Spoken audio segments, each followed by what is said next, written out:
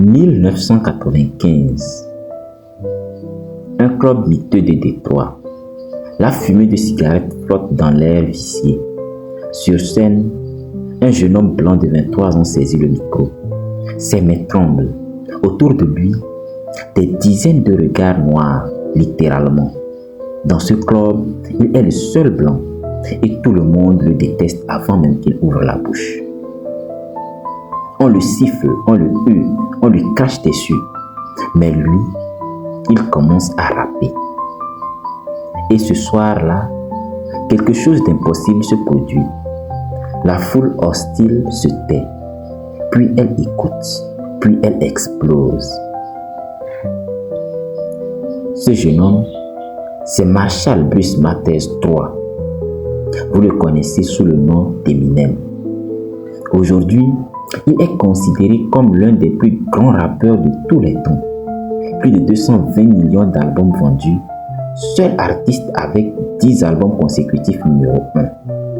Mais ce que vous ne savez pas, c'est qu'avant de devenir une légende, il a vécu un enfer que la plupart d'entre nous ne peuvent même pas imaginer. Voici l'histoire vraie d'un enfant battu, abandonné, humilié, qui a transformé sa rage en chef d'œuvre. Bienvenue sur Destin Forgé.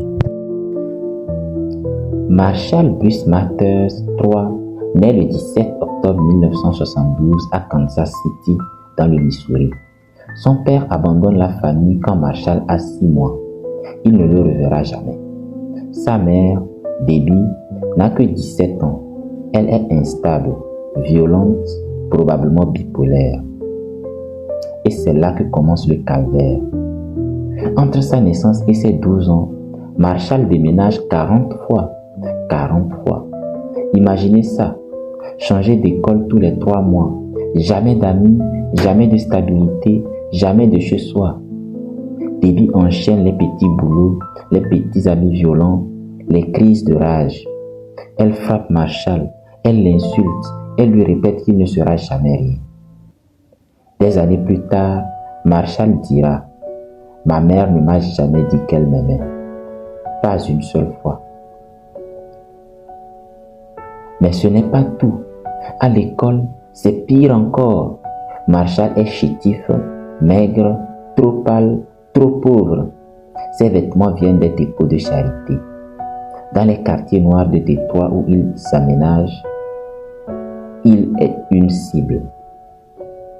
Un jour, alors qu'il a 9 ans, un élève plus âgé le suit jusqu'aux toilettes, le frappe encore et encore, le jette contre le mur. Marshall s'effondre. Comment? Il reste inconscient pendant 5 jours. Quand il se réveille à l'hôpital, sa mère menace de poursuivre l'école en justice. Mais elle abandonne. Trop compliqué, trop cher. Marshall retourne à l'école.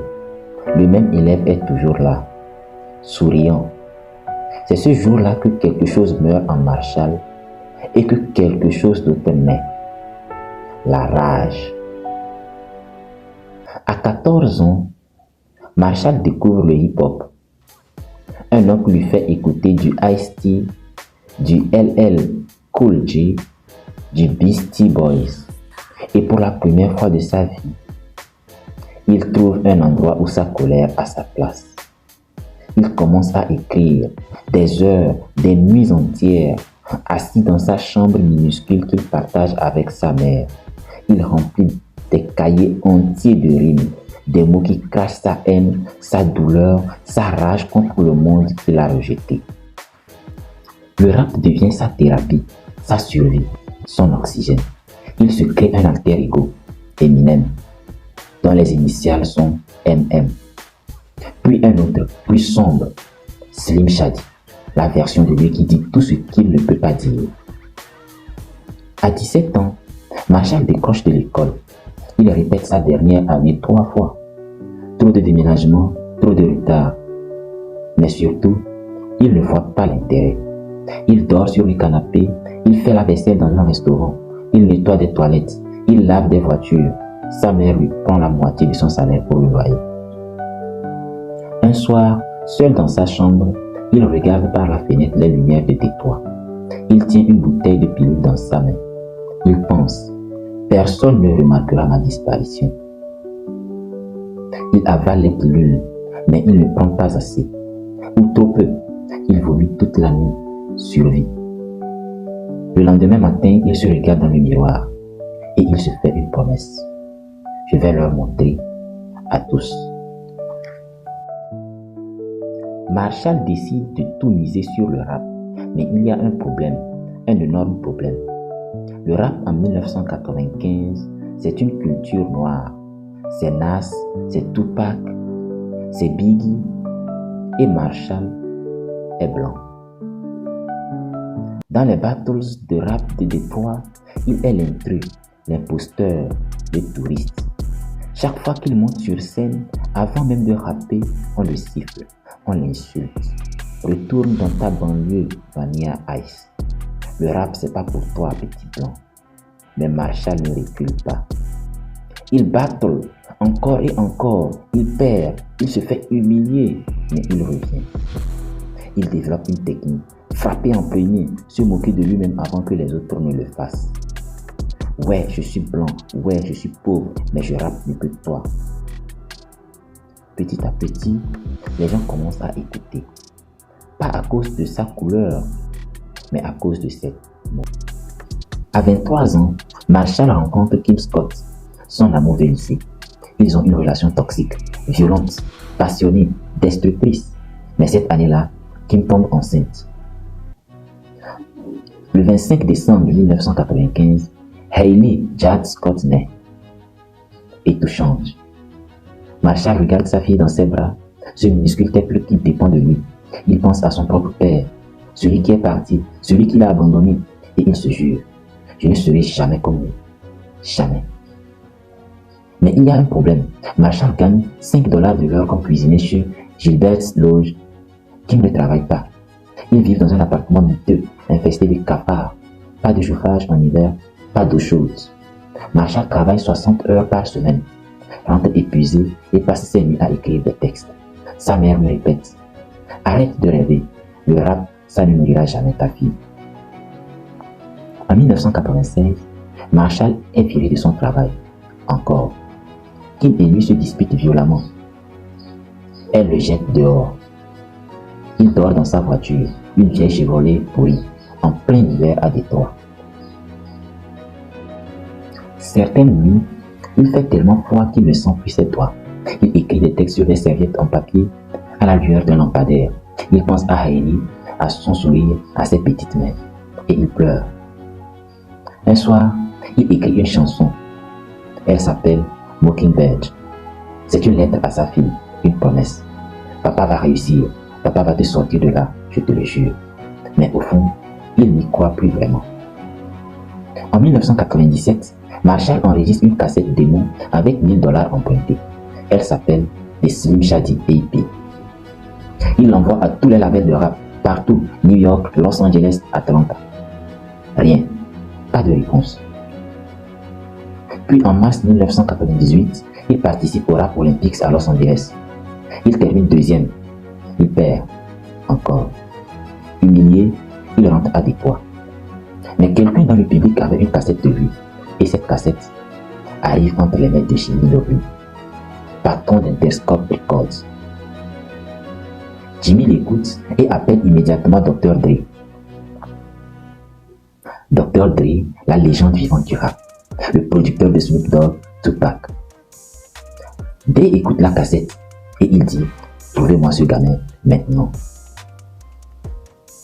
Marshall reçoit l'appel. On lui demande de venir à Los Angeles rencontrer Dr. Dre. Il ne peut pas y croire. Il pense que c'est une blague. Mais il emprunte de l'argent, prend un bus Greyhound, traverse le pays. Il arrive au studio, nerveux, terrifié. Dr. Dre est là, le regarde et lui dit « Vas-y, rappe quelque chose ». Marshall sort un texte froissé de sa poche et commence. Dre ne dit rien. Son visage est impassible. Puis quand Marshall finit, Dre sourit. T'es le meilleur que j'ai jamais entendu. Marshall pleure. Là, devant Dre, Il ne peut pas s'en empêcher. Dès lui tend la main. Bienvenue à la maison Kamé. En 1999, The Slim Shady LP sort. C'est un tremblement de terre. Les critiques sont choqués, les radios refusent de le passer, les parents sont scandalisés, mais les jeunes adorent. L'album se vend à 4 millions d'exemplaires.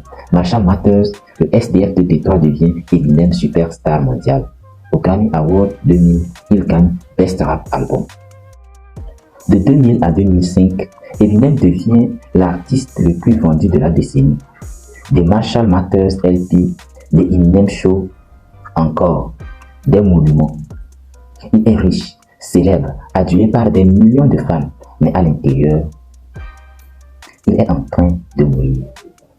Son mariage avec Kim explose. Il se marie, divorce, se remarie, divorce encore. La presse le détruit. On l'accuse d'homophobie, de misogynie, de violence. Sa mère le poursuit en justice pour diffamation. Et lui, il commence à prendre des médicaments. Au départ, c'est innocent. Après une opération du genou, on lui prescrit du Vicodin, un antidouleur. Ça l'aide à dormir, à oublier, à ne plus penser. Alors, il en prend plus. Beaucoup plus. Vicodin, Valium, Ambien, Xanax, il mélange tout. En 2005, il prend jusqu'à 80 pilules par jour. 80. Son poids explose. Il passe de 108 kg à 103 kg. Il ne se reconnaît plus dans le miroir. Il ne peut plus écrire, ne peut plus rapper, ne peut plus être père. Hailey le regarde et ne reconnaît plus son papa. En décembre 2007, Marshall est seul dans sa maison. Il avale une poignée de méthadone, puis une autre, puis une autre. Il s'effondre. Quelqu'un le tourne, appelle une ambulance. À l'hôpital, les médecins lui disent « Monsieur Mathers, vous avez avalé une overdose équivalente à 4 sacs d'héroïne. Vous auriez dû mourir. » Marshall reste là, dans ce lit d'hôpital. Et il pense à Hailey. Il pense à la promesse qu'il s'était faite, ne jamais l'abandonner. Et il réalise qu'il était en train de faire exactement ce que son père lui avait fait. Il était en train de partir. Marshall sort de l'hôpital. Il regarde Hailey dans les yeux et il dit « Papa va s'en sortir, je te le promets. » Il entre en cure de désintoxication. C'est l'enfer. Son corps le supplie, hurle. Chaque cellule réclame les pilules. Mais il tient bon. Un jour à la fois, puis une semaine, puis un mois. En 2009, sobre depuis un an, Marshall retourne en studio.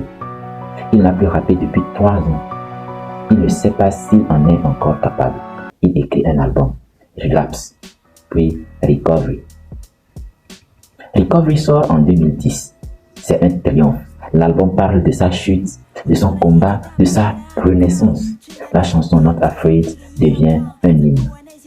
Je ne suis plus effrayé de prendre position. Tout le monde, venez avec moi. On va marcher dans cette lumière ensemble. Des millions de personnes partout dans le monde qui luttent contre leurs propres démons, écoutent et se sentent moins seuls. Aujourd'hui, en 2026, Eminem est sobre depuis 17 ans.